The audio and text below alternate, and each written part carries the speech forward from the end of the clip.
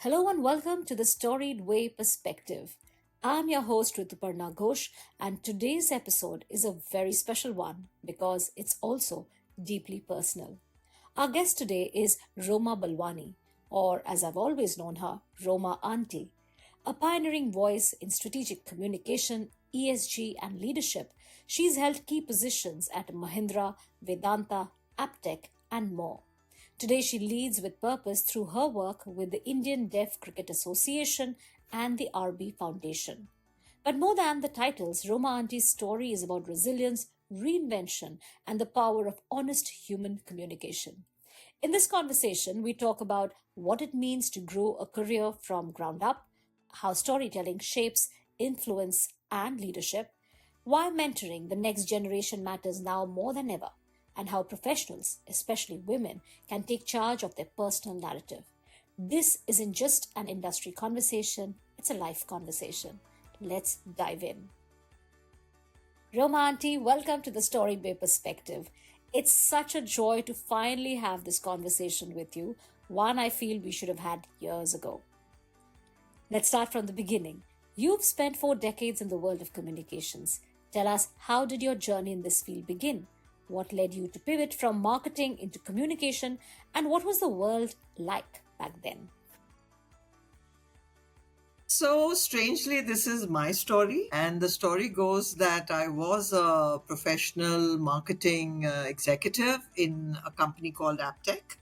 And Hmm. that time it was an organization that was leading computer education across the country. And it was also going into international markets. There was a need for a communications head, according to the CEO, Mr. Ganesh Natarajan, at that time.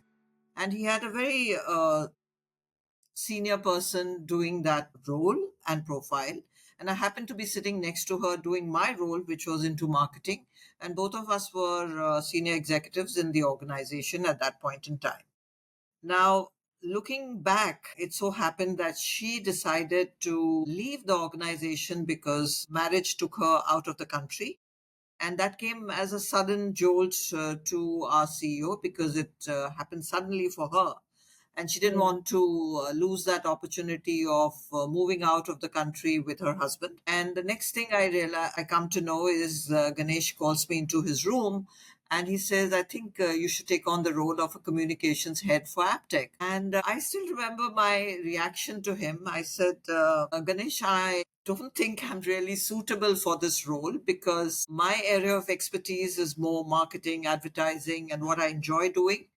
At the same time, I enjoyed the understanding of the business of the company, and I would be not really suitable because I'm too candid and blunt. Hmm. So he turned around and he said, which still resonates with me now, is Hmm. that he says, that is your, the trait that you have is going to work very well for a business organization which is growing. And you would bring that gravitas and insights in the content and the storytelling that you would be doing with the media or with all our stakeholders. Hmm. Hmm. I didn't fully believe him, but when I took on that role, because I always like to take on a challenge, I don't think there was any looking back after that because I learned that this job requires a lot of strategy, a lot of communication, which is partly storytelling and partly communicating the goal of the organization, the business goal, but with certain stakeholders, you do it in a storytelling format because there are many stakeholders and audiences that you have to address. I Right. think that's where I leveraged strategic communication, leveraged storytelling, and got into a role and pivoted my role with the confidence that somebody else had in me rather than me having Hmm. it in myself. I'm wondering if you always believed in stories. Was that even a thing when you started your career? Looking at your career, I see you have worked across the spectrum from large corporates like Mahindra and Vedanta to non-profits and now your own foundation. Can you share how storytelling has shown up in all these different spaces? What kinds of stories moved people, particularly? How did storytelling influence the way you communicated professionally?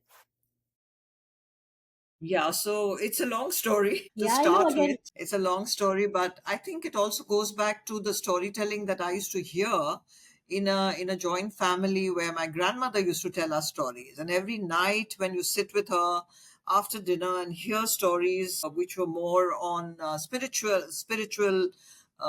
stories which were to do with what she knew about Guru Nanak and about Lord Krishna. And when I used to hear those stories, I used to find that impact used to always leave a mark with me. It always shaped my thoughts, my actions as well.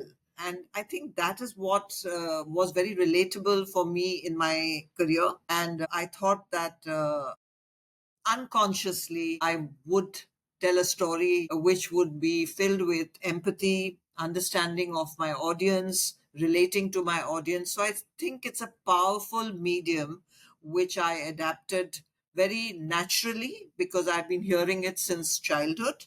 And that Hmm. held me in good stead all throughout my career, which got me today, if I look at it today, that why do I do a mentorship program for young leaders? It's because I share my story. It's because I Hmm. tell them what they should look at for their own story as they grow and they become leaders in the future. So I Hmm. think that has been something which helped me create a circle of influence right Right. through my career. It also helped me being very positive and optimist so that when you have these some setbacks, you look at it that what was the story behind it and how can I correct that. So I think it's been a great journey. I've had some amazing mentors. I still remember the first job which I got. I mean, I started at the bottom of the rung with a company called Shakti Insulated Wires. I was just a mere telephone operator there, graduated to being a receptionist in a large company like Larsen and Tubro. Not many people know that part of my Hmm. story, but Even I didn't know I that. actually started at the bottom rung, right? But what held me in good stead was that I overcame my shyness in that process because I used to be shy in school, and I could then express my feelings in a very simple way. It wasn't that I was wordsmithing at that point in time. In fact, I'm not a wordsmith. I rather say things straight from my heart. And as I said, that I'm candid and blunt. I need to be, sometimes I'm careful, Right. but I do say the story in a way that it kind of resonates with every audience that I have. And I think that simple storytelling has helped me create a large circle of influence and goodwill over these 4 decades of my career, which has only grown, and also because I had very good mentors in life. So tell me some of the mentors that you've worked with who've been great storytellers. I know Mr. Mahindra is one such example who's a fascinating I storyteller think if I himself. have to go back in time to start Hmm. with, I would say that my boss, who was Mr. B.I. Bambani, I was just 18 or 19 when I joined his office as a executive, in his team. I saw that he was the PR committee head of the Rotary Club of Mumbai. It's still called Rotary Club of Bombay. And he Right. was the PR head, committee head. And that's where he introduced me to the first, tenets of PR. And he saw that I had my own way of being innovative, telling these stories to the media, what we were doing, the social projects we were doing. I used to take the media to those social projects. Can you hear me? I don't know. I I lost can. I can. you for No, a I can hear moment. you. I'm there. I'm Okay. there. I can hear Okay. you. Okay. Okay. So when I started interacting with all the top, leaders of the industry during that time, I learned a lot from them because for them, PR was very important because they all came from big organizations. Some were leading doctors, some were leading, entrepreneurs, corporate heads. And I used to meet them once a week. And I was this young person in the midst of people who were at least 50 plus. And you can Hmm. imagine a 19-year-old trying to create that connect with them and resonate with them on PR because my boss left me to do it. So we started a small newsletter at that time. We got a young editor to sit down and write what I used to articulate to her because she wasn't attending the meeting, but she was getting all the insights from me because I was attending the meeting along with my boss. So I think it's providence that my career pivoted many years later into PR. Not that Yeah. it was designed that way, but these are, career choices that destiny gives you an opportunity. And I took all the opportunities that came my way. So the first mentor who really shaped my career was Mr. Bambani. May his soul rest in peace. He was the one who initiated me, made me overcome any obstacles that I would face in my career. So it was business come doing the social projects that he handled, and which was luckily a PR committee head that he was during those that tenure. And then, of course, PR went to another level when I joined Aptech, and Aptech really gave me the platform to create Aptech as a role model for computer education at a time when it was just a 500 crore company, and that business was growing by leaps and bounds. And that is what I communicated to the media, and both Atul Nishar, who was the chairman of the organization and very involved with NASCOM at that time. Ganesh was very involved with NASCOM. So technology, education, and communication all worked for me very well in Aptech for the time that I was there. That was a And starting point, I must say. yeah, yeah. And therefore, how did you discover your skills? How did you? I mean, you mentioned something about you growing up to stories, then you realizing that communication, storytelling, it's all PR. It's sort of intertwined. Where did you sort of realize what are you good at, or what you are passionate about, or where you Sorry, want I to missed sort that of last part. put your Can you finger repeat and say, that? "This is where I want to grow." How did that happen? I can't hear you. Can you hear me now? Yes, I Gosh, can. this is like terrible. Okay, Both all right. sides there are Wi-Fi issues. The Right. last bit where Yeah, you I said know. the question. Yeah. So just a second, just a second. Yeah, Yeah, sorry. no problem. So I was saying that just like for example, where you mentioned about how your career sort of meandered and you landed up at Aptech. At some point of time, you must have said, okay, this is what I enjoy doing, or this is what I need to sort of give shape to my career, whether in terms of skills or whether it is terms of what the industry is looking for or your organization is looking for. How did you pick that on? The way I look at it, I would not leave any opportunity. And Hmm. if I didn't know that job too well, I was prepared to learn. I was prepared to be able to fail and again come back. So I think those were your traits, right? Those are your Right, right. personality Yeah, traits. yeah, yeah. And personality traits play a large role. And that's what I had developed over a period of time, having started working very young, Hmm. starting from even a holiday, which would be a month's holiday during your final year in school, that I would do a job. I would not just flitter it away like my other friends would do, go and watch movies, do that. I think I was a little more serious. And also Hmm. the fact that I felt more responsible because I saw a joint family. I saw my father struggle. I saw my mother managing the entire family. So I think those things leave an impact, right? And you don't Yeah. want to, even at a young age, be a huge burden on your family. And my brother Right. was studying at that time, 5 years older. And I told my dad that I want to work and do my studies. He said, on one condition, that you complete your education, which I will pay for, and you can do a job. And that's how it started. I mean, from being a sales girl on a petrol pump to being a sales girl at Emporium in it was a Kerala Emporium being set up by one of our neighbors in Mittal Towers. I remember at Nariman Point, and here this young girl enters at the age of 18, I think, and with no experience, but being embraced by all of them to teach me, to make me understand the cultural experience that has enriched me. I think that held me in good stead to be very sensitive about what I do, how do I react to people, what is the storytelling that I need to, work on. And I think these are things which really come to you with the opportunities that you get, right? So it's been a journey that has taught me by many experiences of others as well.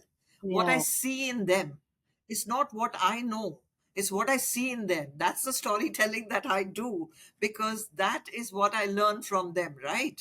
Yeah. You are very passionate about mentoring young communications professionals, boys and girls. And I'm sure within the industry, a lot of people look up to you. What is it that you are, how do you coach, how do you mentor professionals in the communications field? What do you tell them? How should they shape Yeah, their so story? what is important here is that the young people, their attention span is very less, right? And they need to be focused, and they need to get value out of what you're coaching them or mentoring them. So, what I learned over a period of time and I observed was that they are all burnt out. Most of them feel very burnt out at a young age. They feel lots of things are burdening them, like ageism, like being a leader, too much of long hours, or whatever that really troubles them. So, I started sifting through all of that. And then I remember I went through a very nice coaching program way back, which I found very useful. And that is called the Circle of Influence. That is something that really helped me customize the program in a way that I could then translate it for these young leaders in the current context. So it's a very well defined program, and I led them through it. In fact, one of them made a comment that you're so clear and precise in the way you're doing our mentoring program. We've done earlier mentoring programs where people ask us to now relax, meditate. I don't do any of those things, right? I take them through what I learned is the circle of life and explain to them how they have to really manage that circle of life, and where the web which I create for them, it's a spider's web that I create. It's a very well documented mentoring program which I adapted for them in current times. And when they see the outcomes of it and how they react to their own business situation, their own personal situation. So it is conducted, it's a 6-month program conducted in a very open format, yet it has a structure So you right now, called the Circle of Influence. right. So right now, from working with organizations and business leaders, helping them navigate their business through communication. Now you're sort of mentoring young professionals to navigate their life story. If that's the Absolutely, transition that is because that's where the major impact is on their careers. correct. If their home life is not sorted or they're not able to handle it, it can never be always sorted, right? They're going to be ups and downs. So they're going to be cycles. I explain to them how to handle that cycle of life or that week, and then negotiate that which is good for them for both their personal and professional life. So I totally resonate with this. And since I'll tell you where I'm coming from, I work with a lot of organizations where they bring me in to work on people culture, on leadership Yeah, training, on yeah. enabling people to have a culture where they believe in one another and also themselves. Few years back, an organization brought me in, a technology company, to talk to their employees, mostly younger than millennials, the next whatever group is called, mostly people born after the 90s, to talk to them about their fears. And I asked them, why do you want to talk about fears? I said, because sometimes we feel that when there are innovations to be had or new technology to be designed or developed, we feel our employees are afraid. So we want you to talk about fears, and it could be not just about from their professional point of view, but from their personal point of view. What are they afraid of? In another organization, they called me in to talk to their employees and talk to them about their parenting challenges. Because once again, I asked them, why are you doing it for your employees? And they said, because they are parents who are struggling in their parenting journey, and when they come to work with their uh, parenting heartaches and troubles, they are not 100% professionals. So we want to help them manage their life outside. So this whole thing, and you mentioned that when you were younger, you were a hustler, you were learning on the go. The world was very different. The world today, 20 years, 40 years down the line, is getting tougher. So much Stuff. tougher, much tougher. So why is this happening? Is it the environment? Are the people? Is it the expectation of self, industry? business is getting tougher, and the expectations of employees to do 70 hours of work, to be always available. Where is all of this coming from? Why are we unable to handle the challenges that in our careers and our personal lives? See, it's all of it, right? Hmm. Today, as I see, I mean, everybody in the parlance of your business, you were saying you're in a VUCA world, right? And in a Hmm. VUCA world, things can happen in its own way, and you have to address that kind of uncertainty. Hmm. Today, we are in a Barney world. What do we mean by Barney? We mean that today it's brittle, anxious, non-linear, almost incomprehensible, and overwhelming. So when you see such a world, I mean, this is also post COVID. Did we know that COVID would strike? And you're seeing that COVID has come back, Yeah, right? yeah. COVID has come back in a different strain, and is again, not as alarming because we have seen the worst, but there are deaths happening. Now, how is our mind, handling that information? So, how are we kind of consuming the information? That's where the change has happened. Because some things which were non negotiable, today we still get to see it and absorb it, so it does affect your mental health, right? So you have to tackle your mental health far more as a resilient personality than what you were earlier, because earlier life was much more simpler. You have to give a promise to yourself that I have to manage the world outside and manage my life and see how best I can succeed. And I think that's where I come in to really mentor them. I make them pause. I make them feel a little more comfortable in their skin, that what they are is not very different from what others are feeling. First of all, they think that everything is happening to them. It's not just Mm. happening to them, right? To not a one person. It's happening to everybody in different ways. So you have to understand that. So I think a lot of experience that I have seen, and today being an enabler and a facilitator, I am able to share their insecurities, their venting, and really give them back solutions which can help them deal with it. So I think that's where Right. mentoring is different from coaching, because coaching is more to look at your career path and how you're going to Yeah. manage your milestones there.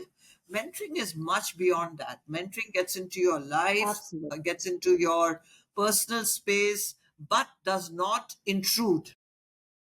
Hmm.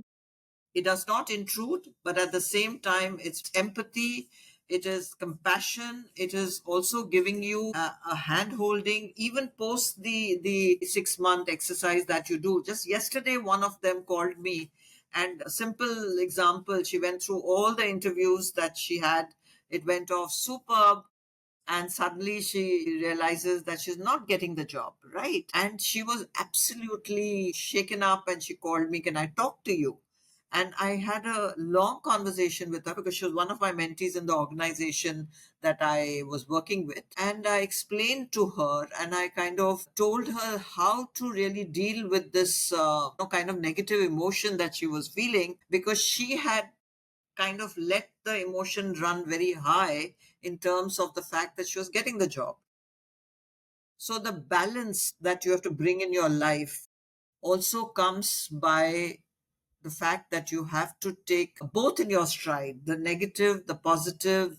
And unless I tell her a story of my life, it doesn't resonate, right? So there are many, many trials and tribulations I may have gone through, which I share with them, and then it becomes more, impactful for them to understand, resonate, absorb, and then let it kind of make them more positive to deal with it. I'm not saying it will go away, but at least to deal with it. So, Romanti, in some of my discussions with organizations, I sense, that there are leaders, managers who talk about the lack of mentors or, let's say, sponsors in their careers. Sometimes there's a lot of angst because a young employee is ambitious but is not getting the kind of mentoring or support from within the organization, or who's going to help him or her make the right decisions, about their careers, or change their skills or their mindset towards working. They're looking for guidance and coaching from mentors, which they're not getting. And that is also affecting the organizational culture, and a lot of people leave organizations because since the organizational culture is stifling, and therefore they feel frustrated, and they want to sort of find that mentor, someone like you, who is going to help them make the right decisions as far as their lives are concerned. How important is this mentorship support within organizations, particularly organizations which are on the cusp of growing? Because rightly, like you said, there are a lot of young force in organizations, right? And if they are really stressed about the quality of their life, or the pressures or the hustle that they have to put in, how important is for organizations to invest in mentoring their employees so that they are able to grow more meaningfully inside and outside? And how can So that help the organization in the long there are two ways of looking at it. One thing, the organization has to be far-sighted, that these are employees who may not be with them for a long time, but they've invested in them, and the returns comes to them as you pay forward, right? So I think they have to see it in that light, and they have to understand that today life coaches or mentoring programs are a must. As I said, we are in a bunny world, and all of them, the leaders have to lead by giving them the empowerment to be able to take on life coaches or mentoring programs. But the problem lies with the human resources professionals and departments. They are unable to get, I would say, budgets for doing these programs unless the CEO leads from the front and says, no, this is very important for the culture of my organization. Then it becomes a part and parcel of the training that you need as an individual to succeed. That is lacking at the moment. That kind of awareness with the HR teams is completely lacking. I don't know whether it's lack of awareness, lack of empathy, or the way they have been conditioned to operate. I don't know where that lies, but it is a silo between them, their leadership, and thinking culture, which is a very, very important quotient, which can really stimulate emotional quotient, right? right? Right, And that right. emotional quotient can bring you a lot of good growth in your business as well, because then you get high productivity from the people around who are there at your leadership level, at your middle management level. These leaders can then kind of guide the younger generation, because I'm talking about leaders between the age of 40 and 50. Those are the ones who have to now mentor people from the age of between 25 and 35, so that they Yeah, can become future leaders. So we are talking about that classification of age that now needs to see life very differently, and take these tools to help them, and not fight shy of it, either in your personal way, because I know that many people take these life coaches personally. I mean, they don't even go to their yeah, organization to pay for it, yeah, yeah, yeah. and they I do know it that. themselves because they know that they have to succeed. And if they have to succeed, many women do it because of the kind of opposition they face when they are their leaders in their own right, and what is good for a man is not good for a woman, because that's what everybody has noticed in today's day and age. But that's the reality of time, and you have to deal with it. And how do you deal with it? I think mentoring helps you very well. And the fact that your organization leadership or the CEO drives it from his side, then it works. Otherwise, you're building a toxic culture without even realizing what is lying at the underbelly. Yeah, and I know this is a pinpoint, and a lot of organizations they consult, and we have these conversations where senior leadership, maybe the top minus two tiers from there, who are department heads, business unit heads, they are unable to communicate with their team, and not just strategic Exactly. communication, but also human to human connection. And that's where storytelling, we sort of step in and see, how can we invest in the story of your team so that they can invest their life in working or in their professional careers, which can help the organization. So it's a two-way street, right? And they are unable to do that because perhaps either they lacked it in their lifetime, or right now they're so busy pursuing the business goals that they don't understand that they're dealing with a generation which is already dealing with their own story, and they are unable to look ahead. So how can senior leaders, now you are stepped in, like you mentioned, that if we don't step in to mentor the next generation of employees, it's going to affect, and it's going to affect the culture. So what can senior leaders do to build on their own personal empathy skills or empathy, and also invest in the stories of their team? How can they use storytelling for that? Any tips from See, today the leader himself has to feel very confident of himself that he can empower his second in command, right? The second line of leadership. Once he does that and they feel empowered, the cultural nuances in an organization will dramatically change, because then they are allowed to be empowered. The problem is today I've seen in many organizations is because of the insecurity of the leader, he's micromanaging or she's micromanaging. You cannot micromanage. You've got to let your people grow. Now, how do you let your people grow unless you allow them to say what they want to say in a meeting or express themselves? That is where the cultural context is very important, and HR has to work as an enabler there. HR cannot be just sitting and saying that, oh, this person does not fit into the organization, we have to look at replacements. They don't see solutions. They just see that we have to take action. It's not action you have to take, it is how do you transform and how do you invest in that individual. That is where the Right, missing link is, right? right. Yeah, Many organizations have done it well. I must yeah, say, during our times, Mahindra did it very well. There was yeah. an I was going to annual come to that. retreat. We were sent to Harvard, and that Mahindra Universe program also meant that your spouse comes along with you. Now, who does it? Because they felt that the family is important. What we are going to get out of the individual, the leader, is also reflecting what the family is all about. What is the conducive nature of the spouse which influences the leader in the organization? I mean, these are things not many people think about, but there are organizations like Mahindra which has done it. So I have been fortunate. That's what I try to kind of suggest to these people, because I say if you don't invest in your people, if you don't give them that empowerment, that guidance, and that's where the storytelling comes in, right? Because you are telling them a story. You are telling them that go out and tell your story. Today, social media has taken over a lot of the social contacts that we used to have as human beings, which Yeah, is totally absolutely. missing, right? We have forgotten social graces. Now, that's why I say you have to Humanize. humanize communication. You have to humanize storytelling. You have to really sit down and have those kind of book reading programs.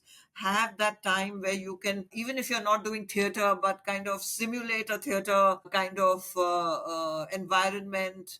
Give those kind of cerebral stimulation to your teams, and that's where storytelling plays a huge role. We Yeah, had it with yeah, us. We were very lucky.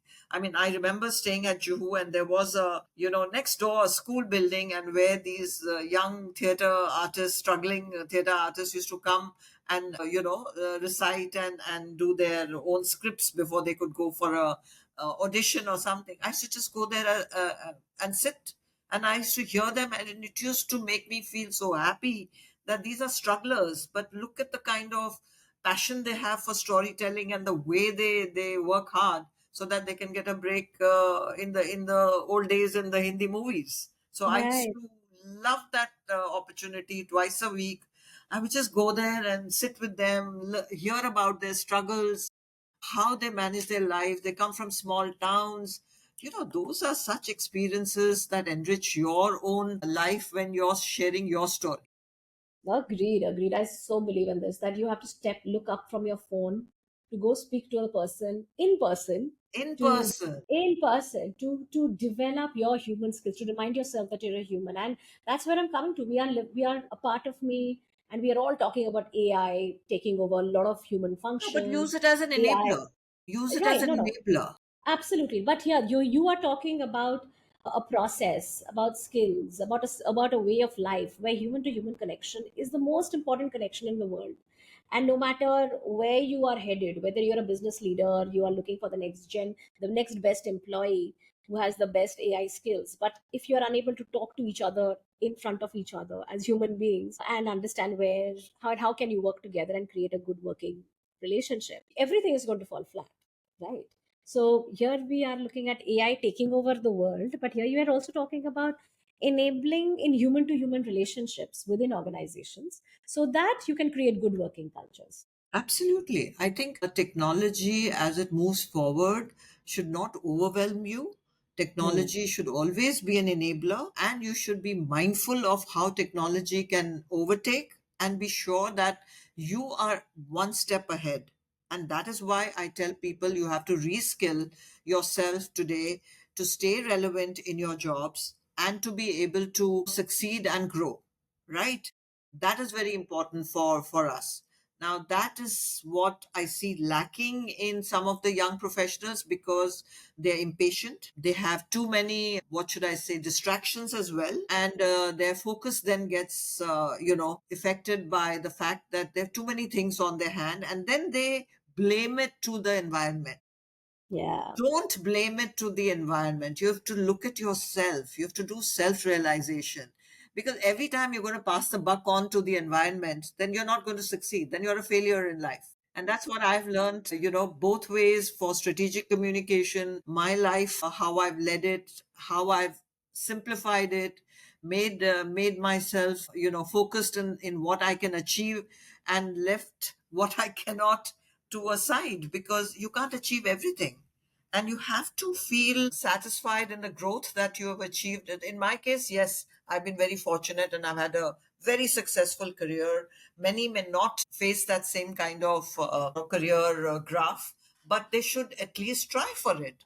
I mean, I didn't know I'm going to be an independent director.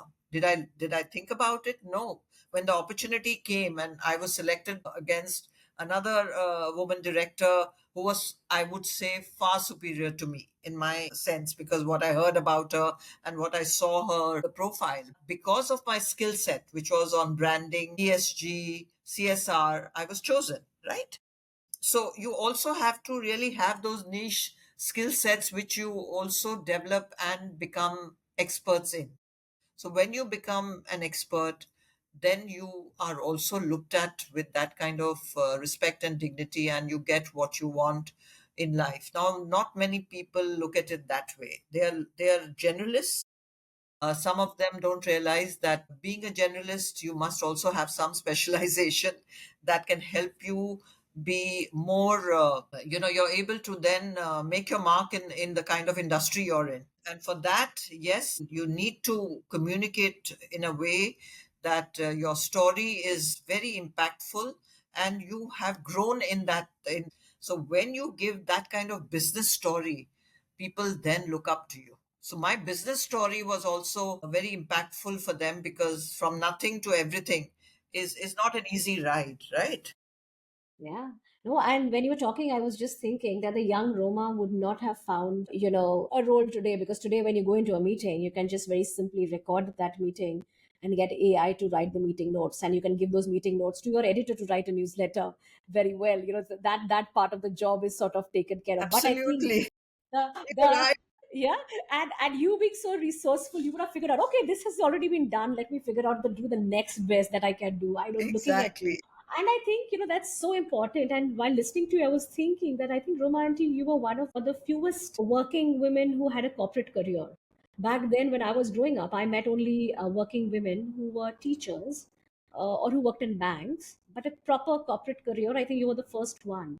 And looking at you talking about your journey and how you moved, and from your role, how you looked at your function in the world, in the business world, to being a mentor today, I see it's so vital because you, as a woman professional, took ownership of her career, took ownership of what opportunities you're getting. You are not stuck up with, okay, my roads are closing, and there is rejection, or the skills that I have, or what I know is can be done by a machine now. So you're not a defeatist. You have sort of moved ahead with a lot of courage. Now let's bring it to just about women. Now, while you're working with professionals, I know of all kinds, but I'm just want to talk about women. How do how important is it for women to take charge of their stories? This is one of my most favorite questions to ask. No, How but I important think is it's it? relevant because many women have taken charge. I Yeah, they see have. quite a few women who are confident, who have taken charge. I mean, I see my own daughter. I'm Yeah. very impressed, not just because she's my daughter, but she handles herself very well and with Hmm. confidence and poise. Yes, everybody has to face certain situations with where patriarchy comes, glass ceilings happen.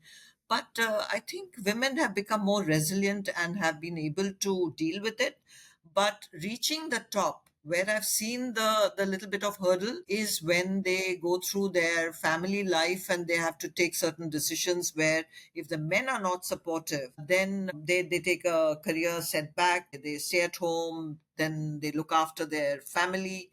And when they get back, they're not as confident as they were earlier when they were younger, and they need to get that confidence back, and they need to reskill themselves and come back, which I did also after a 6 year break in those days.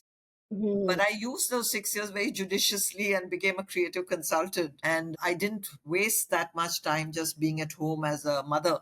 But I think many of us can learn from that opportunity, that if you're taking a sabbatical or something, let it not just deter you from getting back into your work life at a point, or doing something else, because I have always pivoted my career in a way that suits the environment. I came to Jamshedpur, I got a job as a center manager. Did I know how to look after an aptic center? No, I didn't, but I took it up as a challenge because I had a business acumen. I understood finance, and I said, how different would this be? But there were many challenges there as well, because you learn something different. So I never said no to any opportunity. My husband had many transferable jobs in different cities, but I reinvented myself, relearned, unlearned, and I'm still doing that. So I sometimes feel I should write a story or a You book should. You from should. the age of 17 to 72. It's too long a career, and it's going on. Yeah. Let me help you write it. Come, let's write it together for you. And I'm let's happy write to it do that. together. I don't mind, Yeah. because I cannot sit down to write. I love to tell you stories, but to sit Yes. down and Let me write. break it down. I would love to, and while you started your story, I put a note to myself that I have to convince Roma Auntie to sit down and write a book because it's Well, going to be if you so can rich with. succeed, it's your story as well. Absolutely. I would love to sit down with you and work on your story. One very important question, which is between all of this, how can you use storytelling to build your personal brand? You have helped business leaders, you're helping professionals, mid to senior level. When is the right time to start building your personal brand? Number one, how can you use storytelling to do that? If I were to take my own example, my storytelling happened, or my personal brand happened very unconsciously. I still remember being empowered by the Mahindra Group, and I remember the chairman, Mr. Mahindra, telling me that wherever you go and whatever you share in your communication space or in your fraternity, you are only building brand Mahindra, but unconsciously you're also building your personal brand. So when you speak about your organization with the passion and the zeal that you have, I was the first one who went to Davos and spoke about Mahindras when nobody knew who Mahindra was. Amongst 100 communicators globally, I got the opportunity, I seized it, I went and I spoke about the Mahindra brand. I spoke about Anand Mahindra's brand. And then he became a Twitterati overnight. Yes. Literally, I'm talking about way back. Way back. Yeah. Yeah, and this is somewhere around 2007, 2008, when nobody was really into Twitter the way he had started, right? He was one of the early ones. And mind you, we never helped him with his Twitter. He did it all himself Yeah. until today. He never Right. Yeah, ever I know. allows anybody to write on his behalf. He doesn't. Yeah. So That's why he's so so the popular. storytelling that he has done, and how I kind of helped him create his personality as a statesman, I must say he gave me the courage, he gave me the empowerment. He was somebody who trusted me. And I think that helped me gain that confidence that I could take the brand to another level. And in the meantime, that unconsciously built my brand as well. So I'm telling people that if you're going to look at, no, I want to be an independent director after I retire, you're not going to be an independent director after you retire. Have you built your brand? Have you built your skill sets? Have you built your expertise? Have you shared it? Have you told your story? No, you haven't. And then you suddenly expect this. No, I was very fortunate that I built my story over a period of time. As I said, 4 decades. I wouldn't, mind sitting with people, chatting and sharing my story over a cup of coffee. And I still do it. Twice a week, I invite somebody to Kharjimkhana over a chaat and chai, and we just chat. I make it a point, even today. Oh, lovely. I wish I was in Twice Mumbai. a week I will invite somebody, and I will sit with that person because I learn from that person as well. I learn from his life story or her life story. I relate, and then that life story enriches my story. That's I agree. I agree. And you mentioned Mr. Mahindra, and I I do think it regularly and religiously. absolutely you have to be curious about other people's stories. If you are Yes. not, then people Then where does where does storytelling really? Where's the truth in the? absolutely, I agree. And I agree with what you mentioned about Mr. Mahindra because he's one of those leaders who's so accessible and who's so transparent about how what he thinks about and Yeah. what he likes or dislikes. He has a stand and he justifies his own stand. He is not somebody who is going to No, create he's a not narrative. apologetic. No, he's not apologetic, He's which not is what apologetic it's. because he believes in what he says, but Yeah. he's open to listen. See, he listens. Yes. Yeah. That's the finesse of the man, that he listens. Yeah. And in my case, when I came in and I came with a global background, with no media background, no journalism background, all he said to me that I've chosen you because you're a business manager and not Hmm. a journalist. I've had journalists as my communication heads. This time I want to look at a business manager and somebody who has seen the global landscape. So I was fortunate. I mean, I was fortunate all throughout that the destiny and the choices that destiny gave me, I took them and I succeeded in each one of them because but remember, there are no free lunches in life. You've really got to work hard. And you think you're going to get instant success? No, it takes its own time. Have the patience. Where do the young people have the patience? Tell me. The patience, resilience, those are missing aspects of your personality. Try to develop them. I'm not saying that you should be left behind when others are racing ahead, but at least you have to pause and reflect and see what is good for you and focus on that. I think the story of human evolution is such that every time we go through the cycle of life and death and a new generation comes, each generation comes with their own story, about their story in the world that they are born into, and the circumstances or the challenges that they are living with. And everyone tries to do their best in the circumstances. And that is what history or the evolution of humankind has told us, whether from cavemen to the industrial age to the agricultural age to the technology age. Look at all the Indians, generations of Indians who have gone through pre-independence and in post-independence period. Every generation of human beings have had to, they've been born into a certain storyline, and they live through those circumstances with grit, with optimism, with struggle, of course, and also to navigate their life with whatever choices that available, and to still survive at the end of the day. That's why human species have survived. I think as life gets tougher for all of us, it's important to sort of understand that we are part of a larger storyline, and it's up to us to go through this with as much courage as we can so that we can live our life with dignity, with happiness, with purpose, and No, I also at the same completely time. agree with you on what you've said. Very deep thoughts. I Yeah. always tell young people who are into digital content strategy, they're straddling many platforms. I say, Mm, yes, be informative, but you have mm. to have a story to tell.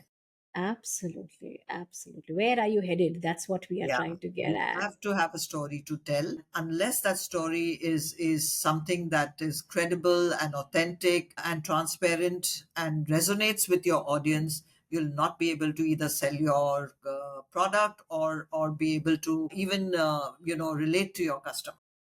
Absolutely. So story is the king. You need to get it. Absolutely. You need to get it in your bag as soon as possible. Jay, this is such a fantastic conversation, Roma auntie, and I think I've convinced you without me even saying the I'm word to please sit down and write your getting book. there. I'm getting there. Yes, yes, you need to start working on that as soon as possible because I think the stories are worthy of being told. Definitely, there are lots of insights that are waiting to be shared. Did I mention that I was featured in a story very recently in a book called She Rose Amongst Us? Did I mention Yes, it to you? no, you did not. You did not. But I saw it on your social Yeah. media. I did. I We, did. we are very Which is excited that this storytelling has now kind of resonated with one of the protagonists in this book, and she has changed that into a kind of video podcast, and she's going to have a nice. private viewing of it. And I am so nervous about it. I said, "Are you really going to believe that people are going to come and hear us ordinary women?" And she seems Yeah. very No. excited about it, and that's happening on the 21st of this month, and I'm looking forward to it. Yes. Oh, no, no, absolutely. People are interested in other people's stories. Let me I tell you think that. so. Yes. Let's hope so. Real story. No, no, it's not. I believe so. I know it. That's the crux of my life. I help people tell their personal stories. I help people Well, you use brought out my storytelling. story Yes. slowly and steadily in this conversation, and I Yes. enjoyed Yes. it. You Lovely. took me Lovely. back in time. You took me back into a lot of nice times, which I had in different places like Kolkata, Jamshedpur, Bangalore, Oslo, Mumbai. I mean, these are the cities that I've lived and loved. And you mentioned at the start of the conversation, you said, I don't want to talk about all that I've already been talking about all my life. So I want to talk about now. So I think the Yeah, story of I now think is the most important in yes, our lives. yes, yes. And And it's now is what important. I just kind of crystallized in my mind that I have to give back and I have to Yeah. pay it forward, and that's what I'm doing. I enjoy doing that. Lovely. And that's, A small little treat that I got, that there was a person who wanted a job as an apprentice. I didn't know him. I didn't know the person who reached out. I just saw it in our fraternity. I did what I had to do and I got him a job. So I felt very happy. absolutely. And I think this whole idea of giving back is more very powerful. In your when you and that only comes when you realize that you have lived your life thanks to so many people who have shaped you, have guided you, and now you're Exactly. in a position to give back and enable other people's stories. And I Absolutely. I've think been it's very most fortunate. I can say that.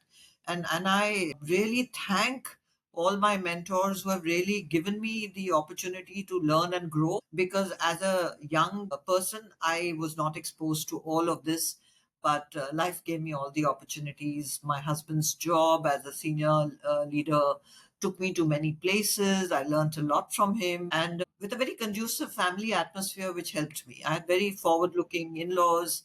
Parents were very supportive, daughter was very supportive. I think all the surround was conducive. That's what's very important for me. And touch wood, God has been kind, and lovely talking to you after so many years of knowing you and having this open conversation. I really loved it, enjoyed it, and I hope you did too.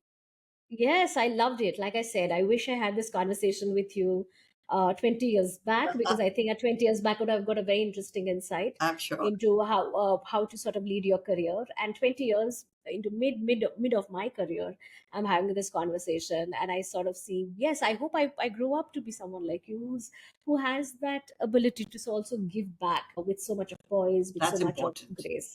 That's Yeah. why my deaf cricket becomes very important for me. I feel that I'm giving back in a small way and I enjoy being with these people. The irony of the situation is that being a communicator, you can't communicate directly with them, but I took it up as a challenge.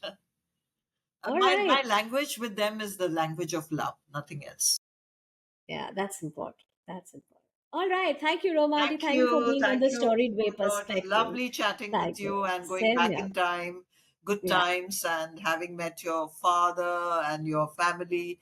Those are lovely days, and I cherish them. Yes. Yes. Thank you so much. Thank Thank you. you. Take care. Bye. That was Roma Balwani, a powerful voice of purpose and storytelling. If you enjoyed this episode, do share it. And while the Storied Way perspective takes a short season break, I'll be back soon with more real and reflective stories. Until then, I'm Rituparna Ghosh. Thank you for tuning in.